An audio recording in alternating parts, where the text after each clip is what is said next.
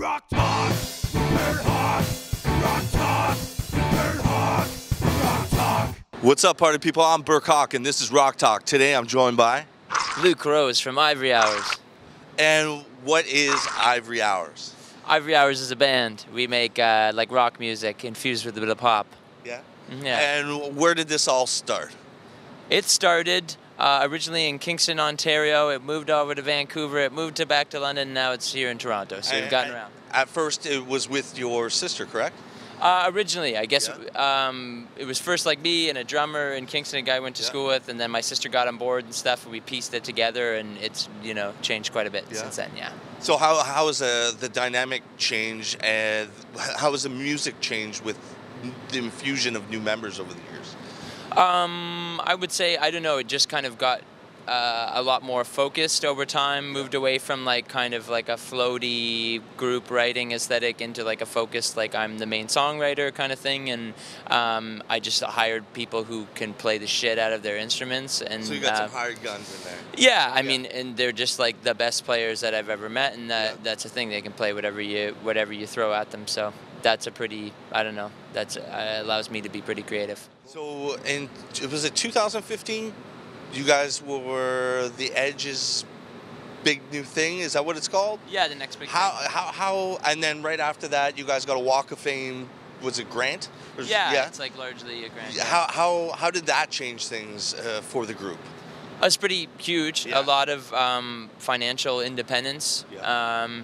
And but just focus on the music. Yeah, I mean, so for me, not really, because I'm also a management personality and booking agent for us. So it's like all of those things. It takes a lot of pressure off. Allowed us to do a lot more touring, to try some radio campaign and that kind of stuff. So you doing this full time? This is it, or do you? Yeah, I've taught when I was back in London, but not right now. This is what I'm doing. That's awesome to be able to do that.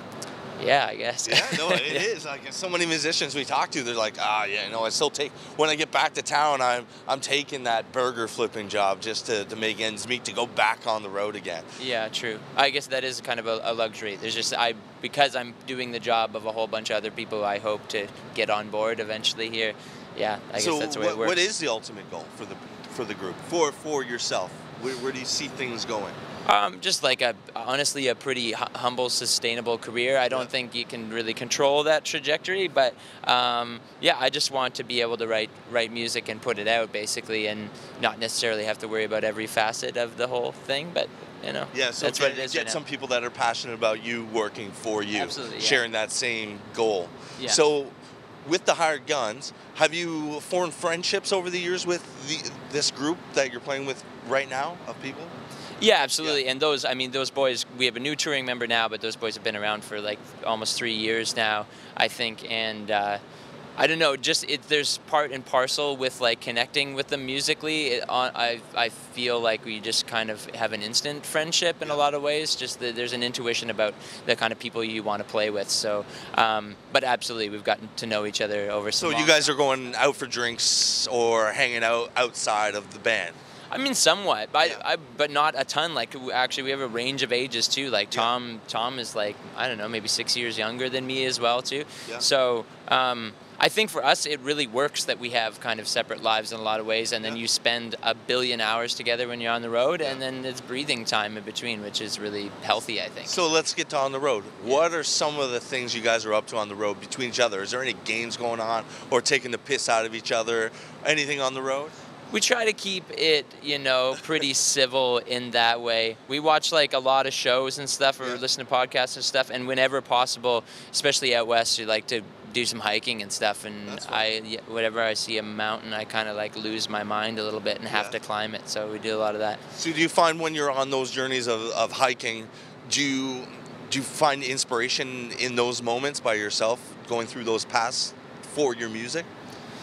I can't think of anything specifically, but definitely, I don't know, being out in nature is a pretty enriching experience to me, and a time for reflection and stuff, so it definitely works its way in somehow, yeah. Yeah, well, yeah, that's always in those moments I think you find clarity in yourself, and you're like, man, I should have done that, or like, it's just, you won't find that moment anywhere else unless you're with yourself in nature, kind of at peace. Yeah, for sure. There's a song off the new record that's like exactly about that too. So that's awesome. Well, tell me about it.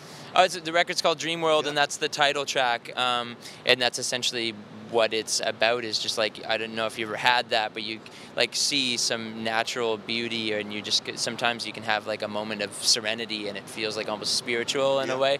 And that's what it's about. I guess that in contrast with the fact that a lot of people seek out organized religion for that feeling, and Yeah. I have a number of issues with that. But we won't get into Yeah. that. Yeah. But I definitely no, I definitely agree with you, and I have found those moments, and I think people these days we're too tuned into technology, which also helps us and helps you, but we need to get away from those moments and be open to those moments of clarity. If you're not willing to accept them when they're there, they're gone. Yeah, for sure. I'll buy that. And I mean, Yeah. I grew up in the country like as a kid, and now I really like living in the city. Yeah. But I very much appreciate the contrast between those things as well. And so when I do go out and visit my parents or whatever, like I'll go for a walk in the forest, and it's just like a very peaceful thing. Awesome. Yeah. Where can people find you online? Where are we going? Anything ivoryhours.com, Facebook/Ivory Hours. It's all pretty.